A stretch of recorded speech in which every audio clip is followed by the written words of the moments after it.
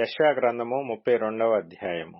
ఆలకించుడి, రాజు నీతిని బట్టి రాజ్యపాలన చేయును, అధికారులు న్యాయమును బట్టి ఏలుదురు. మనుష్యుడు గాలికి మరుగైన చోటు వలెను, గాలి వానకు చాటైన చోటు వలెను ఉండును. ఎండిన చోట నీళ్ల కాలువల వలెను, అలసట పుట్టించు దేశమున గొప్ప బండ నీడ వలెను ఉండును. చూచువారి కన్నులు మందముగా ఉండవు, వినువారి చెవులు ఆలకించును. చెంచలుల మనస్సు జ్ఞానము గ్రహించును, నత్తివారి నాలుక స్పష్టముగా మాట్లాడును.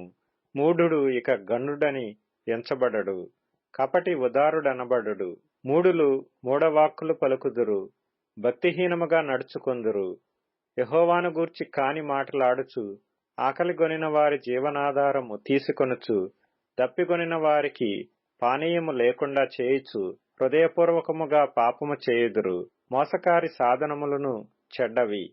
నిరుపేదలు న్యాయవాదన చేసినను, కళ్ళ మాటలతో దీనులను నాశనము చేయుటకు వారు దురాలోచనలు చేయుదురు. గనులు ఘనకార్యములు కల్పించుదురు, వారు ఘనకార్యములను బట్టి నిలుచుదురు. సుఖాసక్తి గల స్త్రీలారా, లేచి నా మాట వినుడి. నిశ్చింతగానున్న కుమార్తెలారా, నా మాట వినుడి. నిశ్చింతగల స్త్రీలారా, ఇక 1 సంవత్సరమునకు మీకు తొందర కలుగును. ద్రాక్ష పంట పోవును, పండ్లు ఏరుటకు రావు. సుఖాసక్తి గల కన్యలారా, వణకుడి. నిర్విచారిణులారా, తొందరపడుడి. మీ బట్టలు తీసివేసి దిగంబరులై మీ నడుమున గోనెపట్ట కట్టుకొనిడి. రమ్యమైన పొలము విషయమై, ఫలభరితమైన ద్రాక్షవల్లుల విషయమై వారు రొమ్ము కొట్టుకొందురు. నా జనుల భూమిలో, ఆనందపురములోని ఆనంద గృహములన్నిటిలో ముండ్ల తుప్పలను, బలు రక్కసి చెట్లును పెరుగును.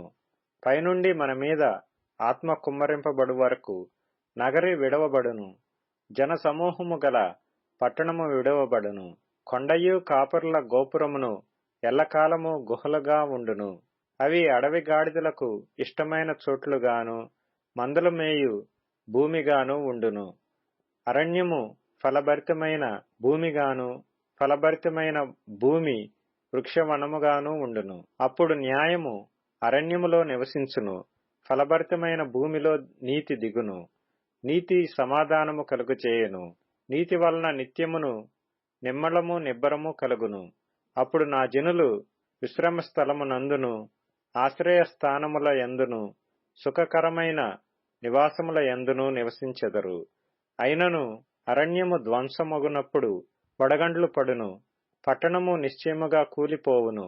సమస్త జనముల యొద్దను విత్తనములు చల్లుచు, ఎద్దులను గాడిదలను తిరగనిచ్చు మీరు ధన్యులు.